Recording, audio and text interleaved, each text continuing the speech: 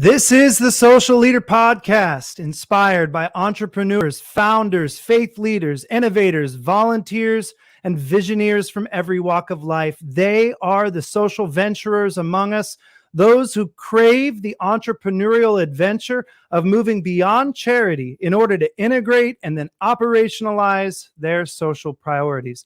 Social leaders are the true leaders among us who forge sustainable solutions in order to solve our community's most tangled problems. Hey, welcome to the podcast, episode number 32. You are going to absolutely love the guest that I've got to bring on today. But before we get to that, real quickly, I want to let you know that this podcast is presented by Reconciliation Services. We are a nonprofit social venture here in Kansas City, Missouri, located at 31st and Troost. And our mission is to transform Troost Avenue, turning it from a dividing line into a gathering place in order to reveal the strength of all. And if you love what you hear on today's show, and if you want to learn how to lead with greater social impact, then I want to invite you to go to thesocialleader.org, thesocialleader.org. Check it out.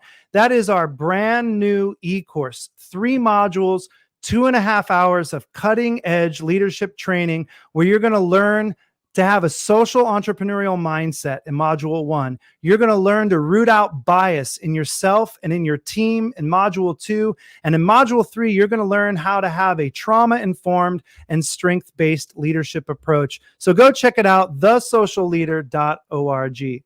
Well, friends, today I am super excited to welcome a friend, a colleague in Kansas City, Dr. Rodney Smith. Doctor, welcome to the program. Thank you, Father Justin. I'm glad to be with you today. Absolutely glad to have you. It's an honor. I've gotten to be trained by you when you and your wife through Sophic Solutions have offered the Racial Equity Institute training. And I've gotten to have you come with your wife and train our board and our staff last January, right before everything went crazy with COVID. We had some wonderful training with you all, and now I get to have you on the podcast. And I want to invite people who might be listening live right now on Facebook or on YouTube. Definitely feel free to comment during the show, and we'll see if we can bring you in. Okay, well, Dr. Smith, tell me a little bit about yourself. For those who don't know you, first of all, let's get out of the way that you and I have a crossover. I was at Belmont University. That's my alma mater. I'm a has-been in the music industry who never was. But you were there, and you've been at UMKC. You've really been involved with higher education for a long time. Tell us a little bit about your leadership journey. Yeah, well, believe it or not, man, my undergrad degree is in architecture. So how did I get an education? I left architecture shortly after. I worked at a firm in Atlanta just prior to the Olympics coming to Atlanta. And then, if I'm honest, I recognized and realized that architecture was a selfish dream for myself. It was something that I was doing for me. I grew up watching the Brady Bunch and saw Mike Brady being an architect, and I thought it was a cool profession. Okay. I've never heard anybody say they chose their profession based on the Brady Bunch, but that's a new one. I like it. And, I thought it was prestigious and all those kinds of things. And so, it is, yeah. Architects are great people. I'm not suggesting that it's not a wonderful profession. You're in a building right now that was designed by an architect. I'm in a house right now that was designed by an architect. But I think that architecture just wasn't my calling, and so I ended up back at my alma mater, Morris Brown College, working in the admissions office as a recruiter. The education bug bit me then, helping students realize a dream many of them thought that they couldn't realize, by going to get a college degree. And again, that education bug bit me, and, ended up moving to Nashville to work on a graduate degree in education. And so I decided at this point that education was going to be my thing. And so went to Tennessee State University, was working at Fisk University at the time. And, as they often say, and the rest is history. And so I ended up doing a master's degree at Tennessee State, as well as a doctoral degree at Tennessee State. Shortly after, it landed at Belmont. And Yep. again, it's just one of those deals. And when we were leaving Kansas City, my wife's job is what moved us here to Kansas City. She was working with the YMCA at the time. And, I was the trailing spouse, if you will. And, but having a doctoral degree in education, I thought perhaps I can land somewhere, and UMKC is where I landed, and loved it there. But, if I'm honest, most of my experience as far as cutting my teeth in the education community, as you can tell, I've been in higher education for 25 years now, has been at a private school environment. All those schools I named except for UMKC were all private schools. And so, right. Well, and now you just accepted a brand new position. You're now the VP of Access and Engagement for William Jewell College, which, by the way, another touch point. My wife, until I stole her away to Belmont, my wife, Jody, was at William Jewell College. I think she lived in Simple Hall. Oh, Jones. wow.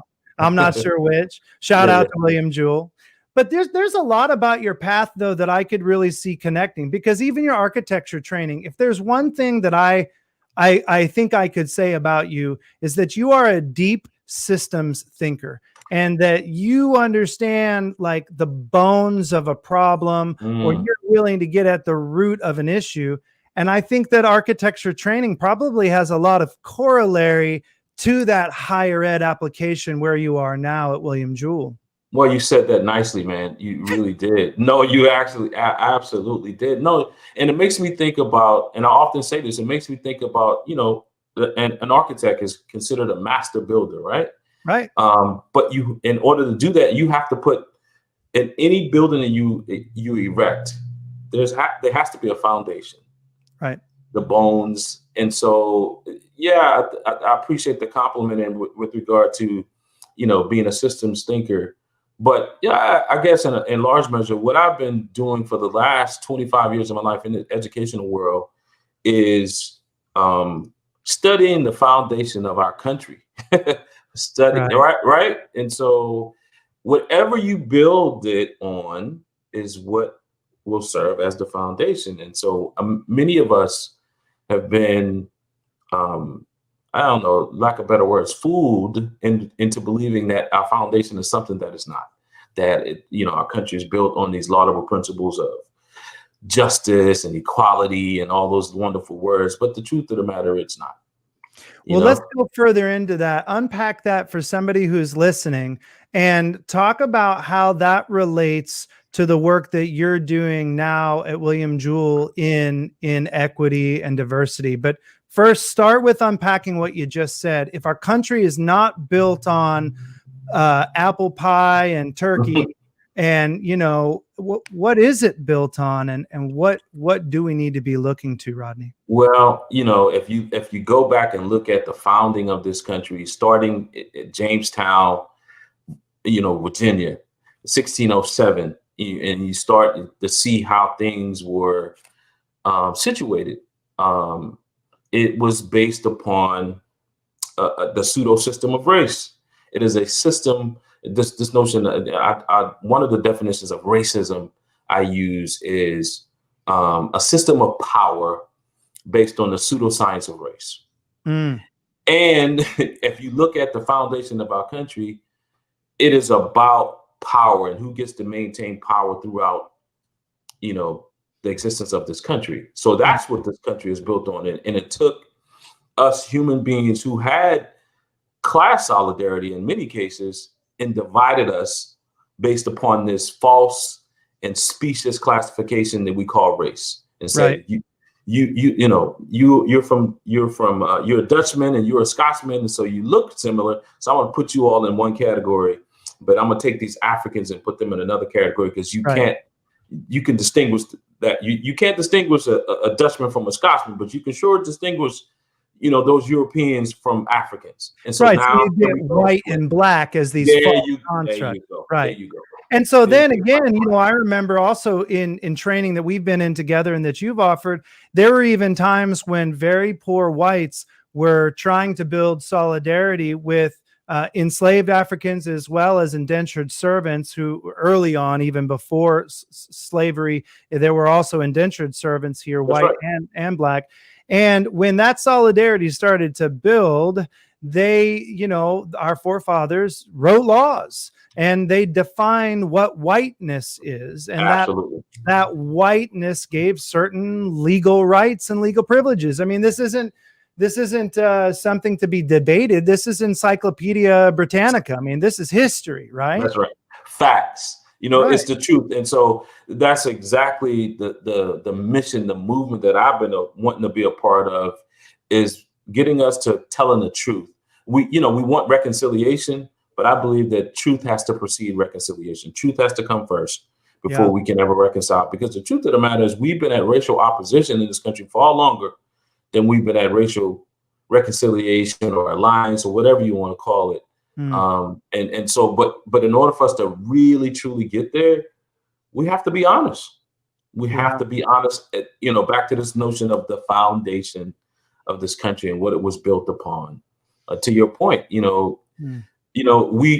this terminology of being a white man and what wasn't a white man didn't come along at the beginning of the country. It was created by men. In fact, the Virginia House of Burgesses begin to define a white man as, the one who has no African or Indian blood whatsoever, except for the male descendants of John Rolfe and Pocahontas. You know what I mean? You got the Pocahontas exception. If you if you don't know what we're talking about and you're listening online, I got two things to tell you. One, Google Pocahontas exception.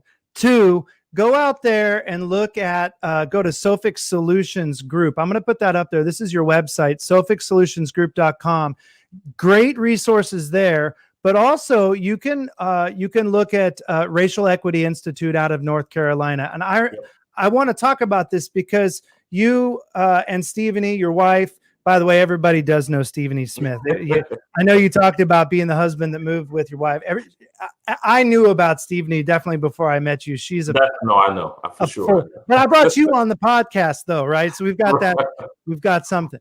No, but what I wanted to get to though was that you've been doing a lot of work to unpack that history with Kansas City in particular. And you've been convening, whether it be with the chamber and business groups, through the lens of equity. You've been convening these groups and bringing in the REI Institute and really unpacking this history. How's that gone? How's that been received in Kansas City? Because all this stuff that we're just skipping rocks over the surface of the water here on, this is pretty heavy stuff. I mean, it was 2 days of tears and gritted teeth, and it's heavy. But Kansas City has proven me right in that, in my philosophy, and my mother throughout the years would say things like, when people know better, they do better. Mm-hmm. Mm-hmm.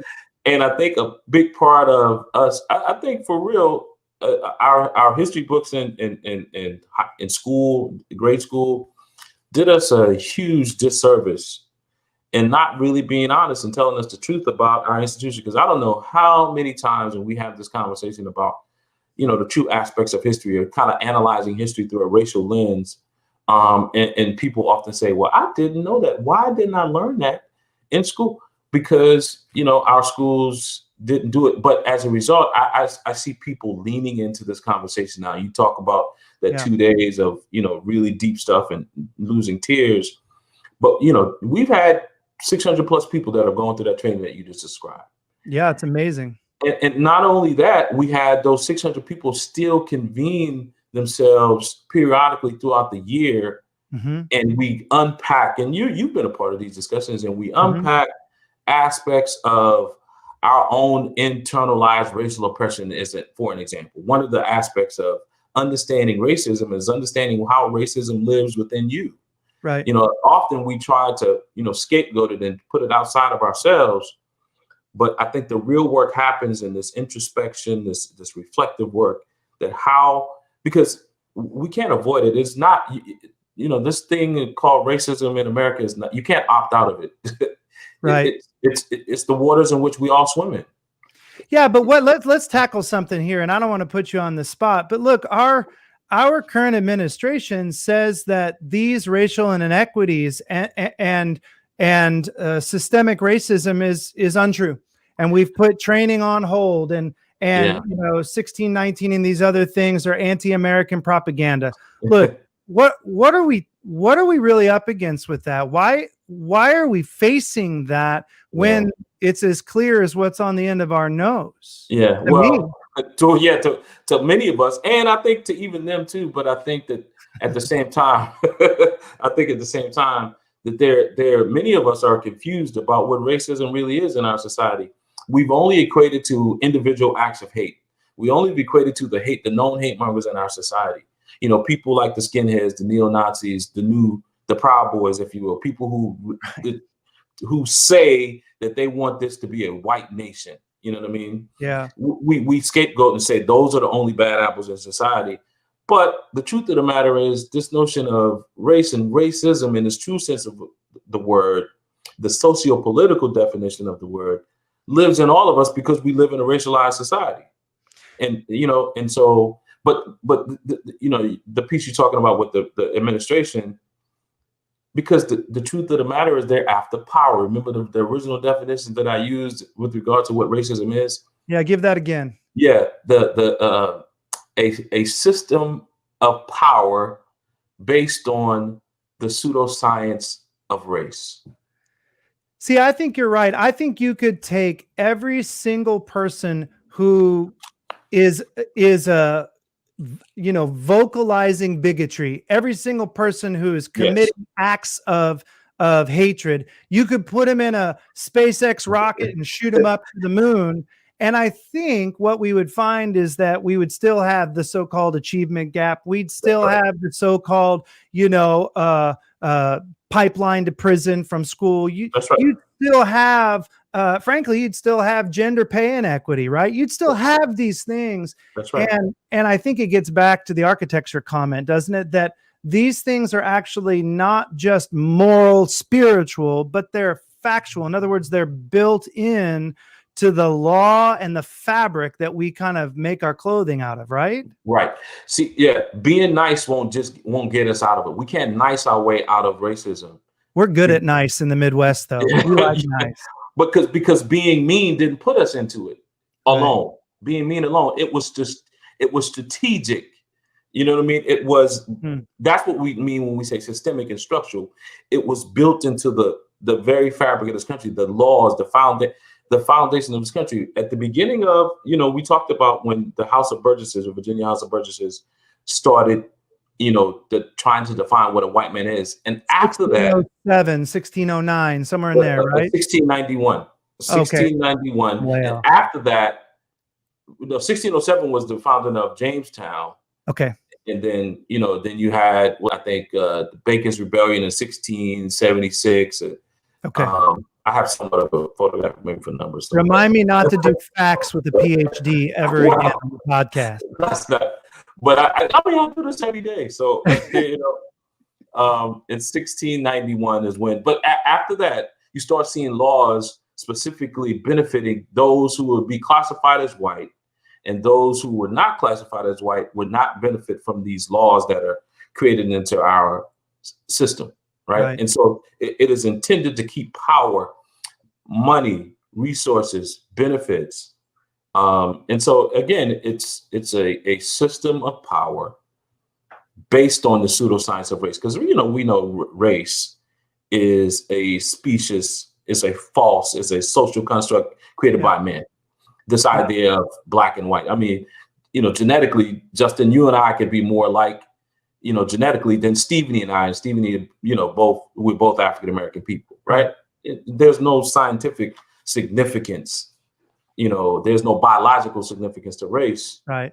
Other than our exterior, our phenotype, skin color, hair texture, eye, stuff like that. Let's take this conversation and fast forward though, and apply it, because you just took a job as the vice president of access and engagement at a school, William Jewell, that I love.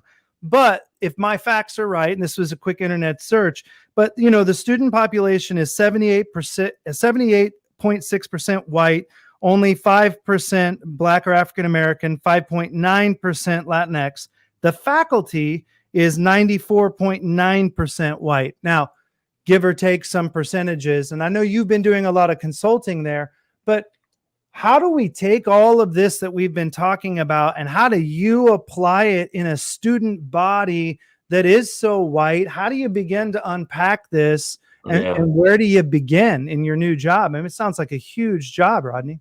Yeah, no, you're right. It is a huge job. But I think we start with having conversations very similar to the conversation we're having now, with being honest about the foundation of our country and how it spreads onto what we are today, because we can't continue to try to divorce ourselves from that history, divorce ourselves from that past, because it contributes directly to how we live and how our lives are situated. The institutions that we, are part of, they are built upon that system. You know what I mean? And so again, that's what I mean when I say you can't opt out of this thing of systemic racism that's everywhere. You can't opt out and say, well, let's get it out of there. Let's root it out of. Right. You can't root it out because it's just a part of the system. It's like saying, you bake the cake and you naturally have to put butter in the cake. And then after you finish baking the cake, it's like, I want to root the butter out. You cannot get the butter out of the cake.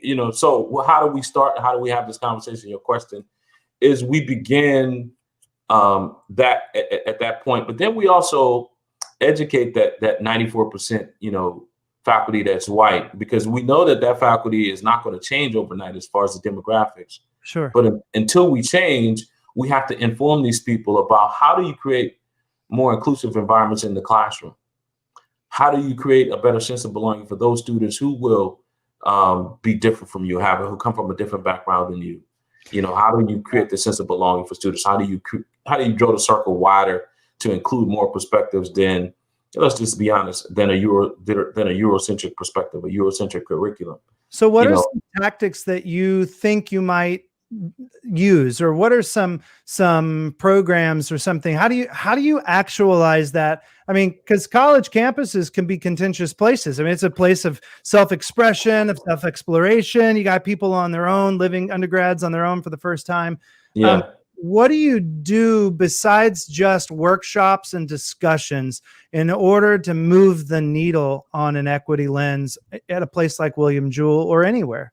Well, and we're asking right now, we had a conversation just yesterday with faculty members. We're asking faculty to include an inclusion statement in their syllabus and sort of unpack the syllabus and sort of unpack, some of the readings that you're asked students to read in your class and some of the literature that you're going to ask students to read, and then even own up to the fact and be honest and own up and say, well, I recognize, say something like this. And for an example, I recognize that much of the literature that I'm asking you to read will probably come from a Eurocentric perspective, and perhaps even more granular than that, it's probably going to come from a white male perspective. But we invite you, and we will do our best to include more voices than just a white perspective.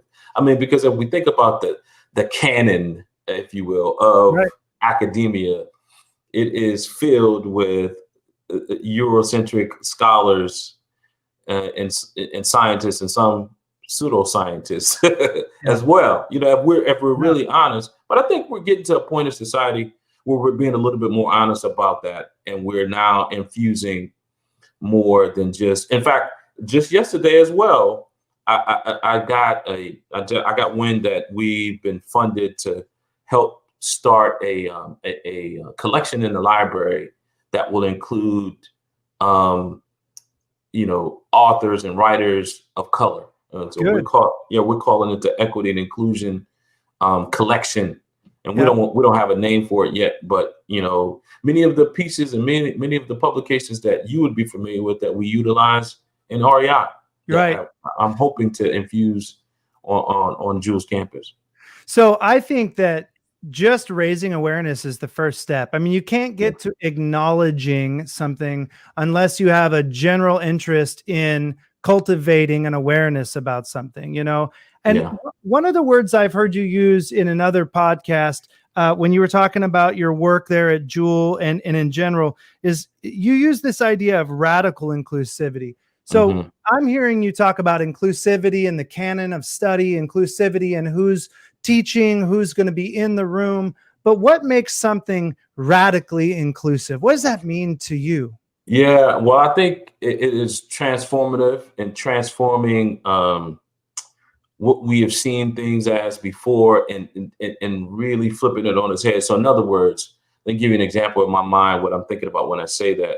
We often, when I say if we're going to study music and I say classical music, you have certain writers and certain types of music that automatically pops into your head, and you're thinking about the Beethovens of the world. But what about if we shift, or what if we included other forms of music in this notion of classical music? I mean, we live in Kansas City.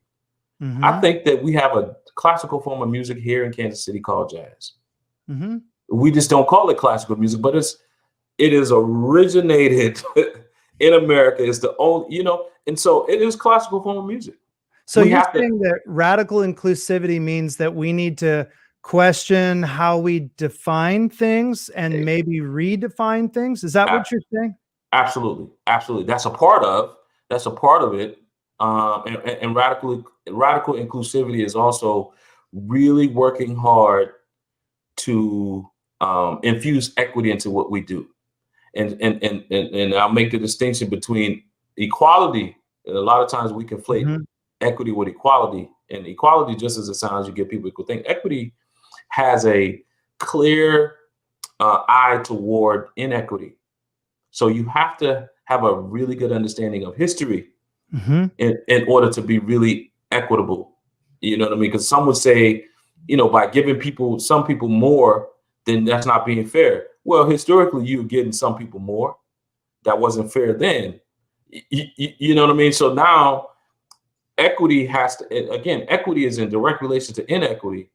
And that's a tough concept for many people to understand, because if they see me getting what I need in order for us to succeed, and they don't get the same thing, that they say that we're being unfair. Yeah.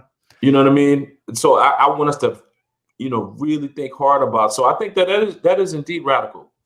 Unfortunately, it is radical to think about equity in that way, because think about, I often use ADA compliance laws as an example of equity, where now we have ramps to get into buildings, and we have the push button, and we've been using those a lot since we're in the middle of a pandemic. We push the button and the doors automatically open, and you go into a building that has multiple floors. There's an elevator.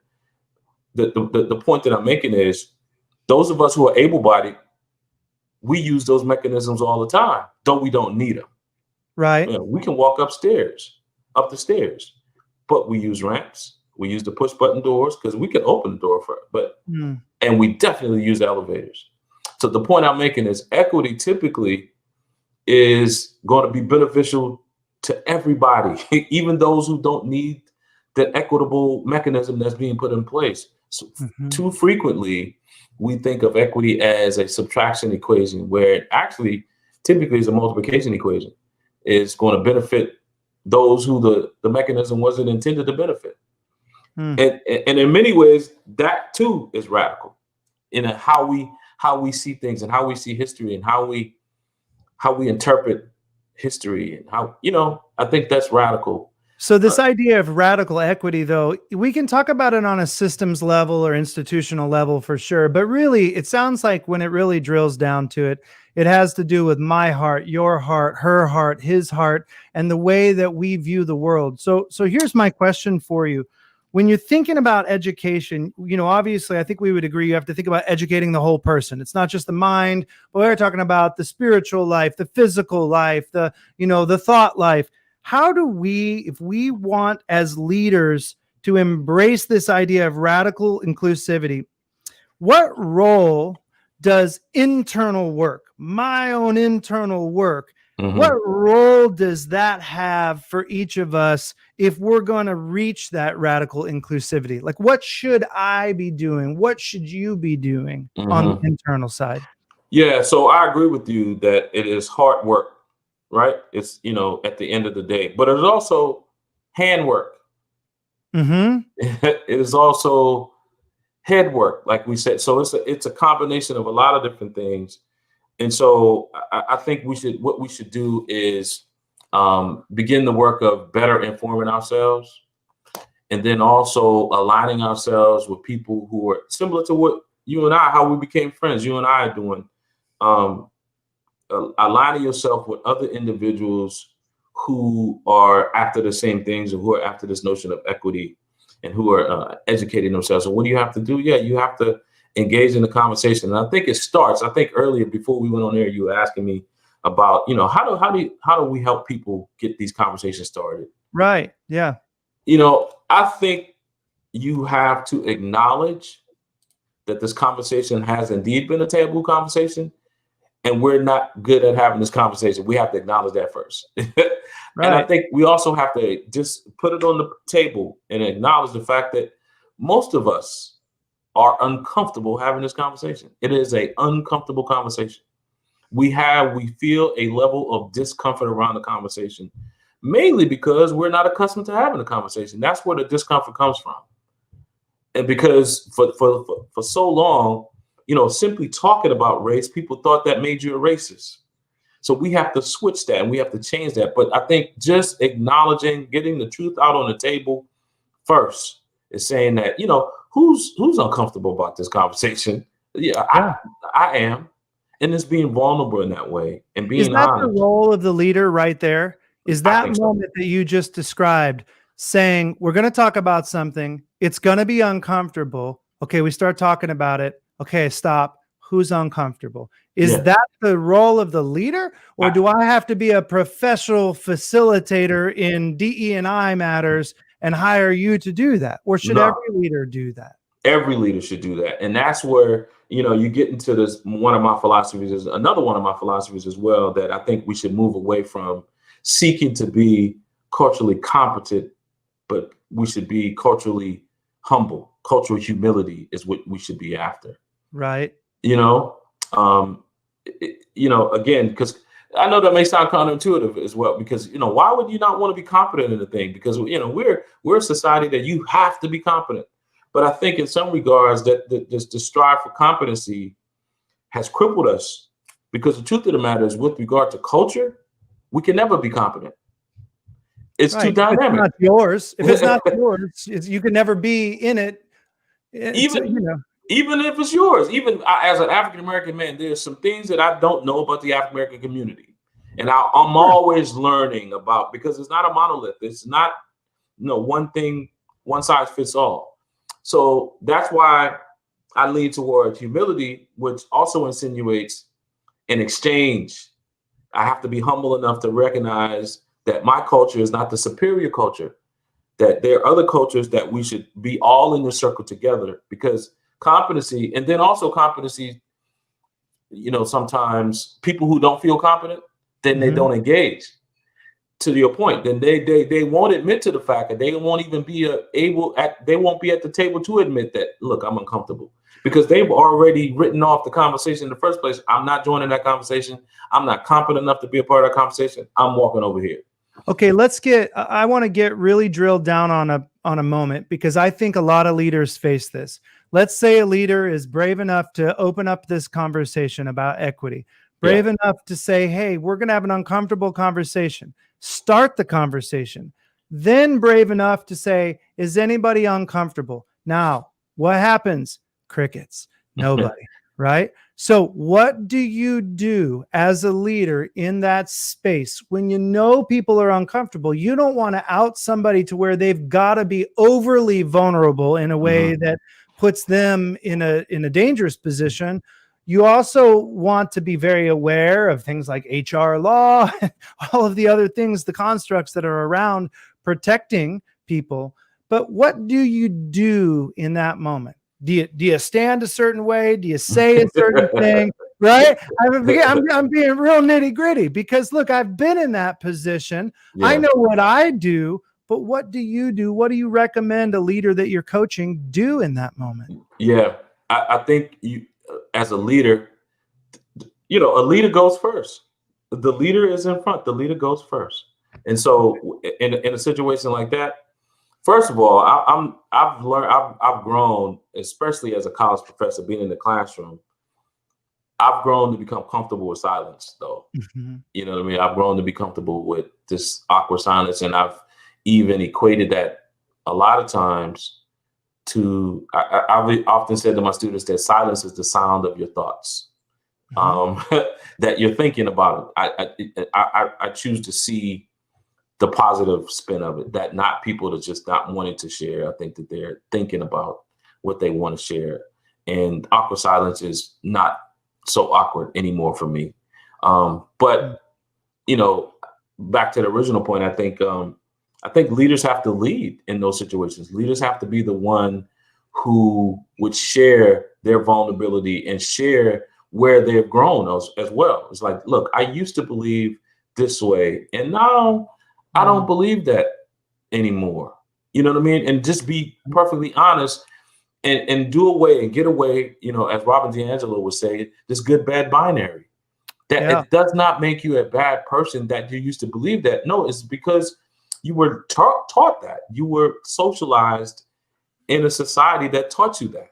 Right. Yeah, it doesn't make you a bad person for believing that you used to believe something that is not so good about people and not so good about humanity.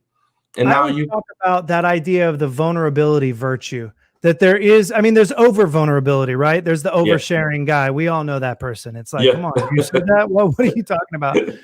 But then there is that proper moment, right? Where the yeah, leader, the right person in the right place at the right time, steps out in vulnerability and says, yeah, growing up, I used to hear and even used to laugh at these jokes that I didn't even think were racist, but they were now that that's I right. think about it, right? That's And you get honest about it that's and you right.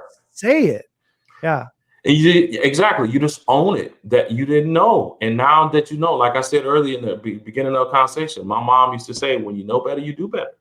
You Mm-hmm. you know you know better now, so you're doing better now. I mean, when I was a kid growing up in South Carolina, I was I'm dating myself. I was the age of the era of the Dukes of Hazards.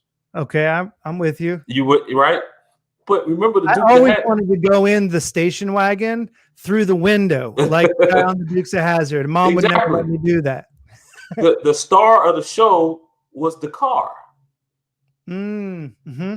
And on the top of the car, you remember the top angle? It was a Yes, I Confederate do. flag, Yes, I do. right? I remember riding my bike doing the sound, you know, Yeah, right? right. Exactly. Celebrating Confederacy as a black man in the South. But I didn't know as a young kid, I didn't know what the Confederate flag meant and what it stood for, Mm, mm, right? But now I do. And so I don't celebrate that anymore.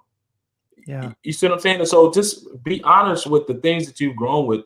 I mean, you Why is it know, so hard for us to do that? Why is it so hard for us as human beings to be honest about the thing, getting comfortable with the uncomfortable? Why is that? yeah, I think in some regards, and I haven't lived anywhere else, but I think in some regards I see it as a Western problem. It is clearly an American issue, Hmm. because we've been socialized to believe that we're so strong, and any sign of weakness is not a sign of any sign of vulnerability makes you weak. Mm-hmm. And I don't think that vulnerability is a sign of weakness. I think it's a sign of strength. We have to, again, that you talk about this notion of being radical. I think we have to flip that thing, and subvert it and say that, really this notion of being vulnerable is indeed a strength. It indeed taps me into who I really am and gets me closer to, dare I say, the spirit that lives within me. You Yeah. know, um, I think that. What role does faith play for you in your own personal Oh journey? wow, I mean, wow, as you think about, you've been vulnerable and you said, I used to believe and now I believe. I would imagine that if you were being vulnerable, you probably had some, I used to believe about white folk stuff. I used to believe about my folk stuff. I yes. think we probably all could say that. So, what role has faith and that spiritual life played in your radical inclusion journey? Yeah, I mean, because that's a really good question, Justin. Because at the end of the day, I am a man of faith. I do believe in a higher power. Mm-hmm. And if I believe in a higher power, how can I not then believe in the man and woman that's looking right across from me? How can I not believe if I believe the spirit lives in me, then that spirit must live in them too. That's right. You know what I mean? And so, Yeah. and if I can see the good in me, then I must be able to see the good in them. And so that's where my faith has helped me in regards to, seeing. And then also, I think I'm smart enough to know that I can't put God in the box that, there's more than one way to get to New York. You know what I mean? I can't just say that it has to be my faith and the way I look at things, and you got to look at it the way I look at it. Again, and from my understanding, that would be me limiting in God. That, you know what I mean? That's only from my my limited view of the world. You know what I mean? Saying that my faith is the only faith that there should be. But no, faith has really been an instrumental part of my life. Like I said earlier, I think we were off air as well, that my mom is a Baptist preacher in South Carolina. Right. I grew up in the church. And one of the themes that have ran through my life, though, is this walk. My mom would always say, you just keep going to church, baby. Right. Something's going to happen to you sooner or later. This notion, and I've equated that to in the equity world, there are no quick fixes. It can't happen overnight. One of my teachers, Father Thomas Hopko, of blessed memory, he used to always say, go to church, say your prayers, remember God, everything else will work itself out. And I think there's a lot of truth. For me, it's not just because I know we have people listening from other faith traditions, but most faith traditions, not all of them, but most of them also have this idea of metanoia, or turning around, or we call it in English repentance. Yeah. And I think if you don't have some context through which you get to work out your stuff and turn around and go another direction, I think it's very hard to embrace radical inclusion and equity just on a self-interest basis. I think there's got to be that relationship. We're made for that interconnectedness, aren't we? That's right. You cannot, and you speak about one of my pet peeves, and that sometimes people say, things like, Mr. So-and-so is a self-made man. There's no such thing. Right. Nobody makes themselves. In other words, people need people, and we're all connected. I hate that in the nonprofit world. Sometimes you'll see social service agencies will call their programs self-sufficiency programs because it sounds really good to a donor or something, right? Well, we're going to make him self-sufficient. He's not going to need you anymore. But in reality, we all always need each other. We're always interdependent. I am your bootstraps and you are mine. There's no as such we should be. As we should be. Rodney, as we conclude, I want to ask you this question. I end every podcast with this. I want to know on a practical level, if there are people listening who want to learn to lead with greater social impact themselves, the way that you're trying to do, what are 2 or 3 practices or tips or something that you could offer that are practical that they could start doing right now in their own life, Rodney? Perhaps things that I do or things that I believe or hobbies that I participate in and things like that. Anything that you do that sharpens the saw, that moves the needle for you in this journey of becoming a more impactful leader, particularly in your area of emphasis. Yeah. What are a couple of things you do? Well, a couple of things I do, the first thing that popped in my mind when you said that is a philosophy that I believe in, this notion of servant leadership. And we were just talking about faith. And when you asked me about that, and I'm not a theologian, so please, for the theologians out there, please forgive me if I botch this up. But I just remember there's a portion somewhere in the Bible where, the figure in Christianity that we know as the Christ, Jesus, washed the feet of those that he was leading. He was the leader. And so that flipped the paradigm of leadership on his head in some regards, that the leader would get down and wash the feet of those that he was serving. So it speaks to this idea of servant leadership. And I'd like to believe that I try to follow that principle, that those that I am charged with leading, I don't see me as leading per se. I see me as serving those individuals, and that it is my job to perhaps wash their feet. And that's how I look at it. But then, a big thing that I do is, Justin, and this will resonate with you because this is why we're here today. I'm in community with people who are on this trek with me. Right. I surround myself with people who are on that journey as well. And I actively want to be a part of people who are, I would describe as hope mongers. People hope mongers. We talk about hate mongers all the time in society. Okay. All right. But we don't talk about hope mongers enough. In another interview, you described your new position. You said you're the chief hope officer. Hope officer. That's okay. I see myself as the chief hope officer of an institution, because one of the guiding principles of equity is that you have to maintain hope in the face of brutal facts. We borrowed that from our brother Brian Stevenson. Say that again real slow, because not just this conversation, but even our whole nation right now needs to hear that. Go ahead. Maintain hope in the face of brutal facts. There's some brutal facts. And in fact, there are people still protesting in Philadelphia because a young man was killed a few weeks ago. There are people protesting, I think, in Texas right now because there was a young man who was brutally beaten in the front of his house. And he was coming home, a 17-year-old kid running to the door, yelling for his father the whole time that he's being tased. Those are brutal facts that we're dealing with. There's brutal facts that there are some people that are upset right now with the outcome of the election for whatever reasons. Those are brutal facts that we have to deal with. But we wouldn't be the country that we are. We wouldn't be the people that we are if we didn't have hope, if we gave up. In fact, the people who are out there protesting, that I think that is an act of hope, because they hope that one day justice will be served. The work that you do, Justin, you begin to talk about Truth Avenue and hoping that one day it will not be the dividing line, but the line that brings us together. Your work is steeped in hope.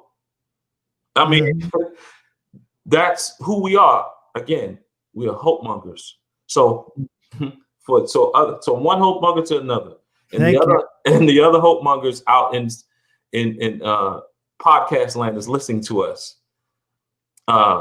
Surround yourself with other hope mongers, and I think that if enough of us begin, and what I know about hopeful people, Justin, is that there's not this whimsical thing up in the pie in the sky thing. I think hopeful people are people of action.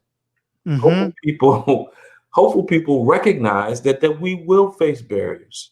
Yep. I think every entrepreneur is a hope monger, right? I mean, you see something as possible before it's possible, and you work at it until it's reality. Absolutely. Yep. So I say, surround yourself with hope mongers, because that's what I do.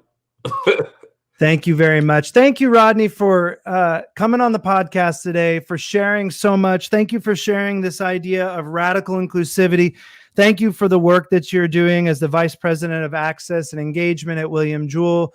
Thank you for the work that you're doing with your wife, Stephanie, at Sophic Solutions Group. I'm going to put that up there, sophicsolutionsgroup.com. Yes. Definitely, if your organization is interested in going deeper in these issues, definitely need to look up Rodney and Stephanie and Sophic Solutions. Check them out. We've used them at Reconciliation Services and plan on continuing to partner in the future. Rodney, is there anything else today that you want to make sure that we get across to everybody before we sign off? Well, as an educator, this is one of what I close with in most conversations I have. As an academician, as an educator, of course, I would be pushing and endorsing education. I often say, get educated. but don't let school get in the way. Right. So That's good. as an academician, believe it, but We got to start somewhere. You got to start somewhere, right? But a lot of education that I have did not take place in the school.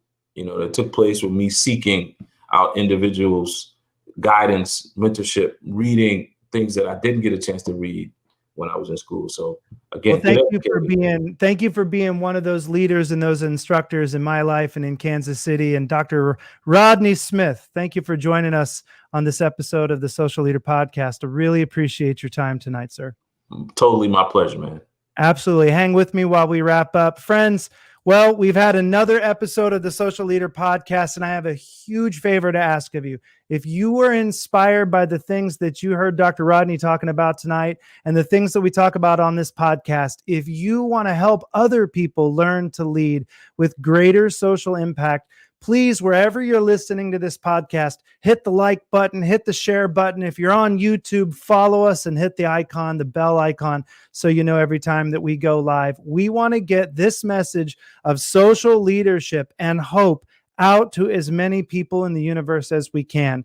And just like Rodney said, if you want to learn and go a little bit deeper, don't let school get in the way. But if you want a little bit of education, we have an awesome course. It's at thesocialleader.org. That's our brand new e-course where you can learn all about these things that Rodney's been talking about. You can lay that solid foundation in your leadership lane so that you can become that servant leader, that awesome leader that Rodney's talking about and that he exemplifies so well. So again, friends, thank you so much for joining me on this episode, the 32nd episode of the Social Leader Podcast. And until next time, let's together learn to lead with greater social impact. See you next time.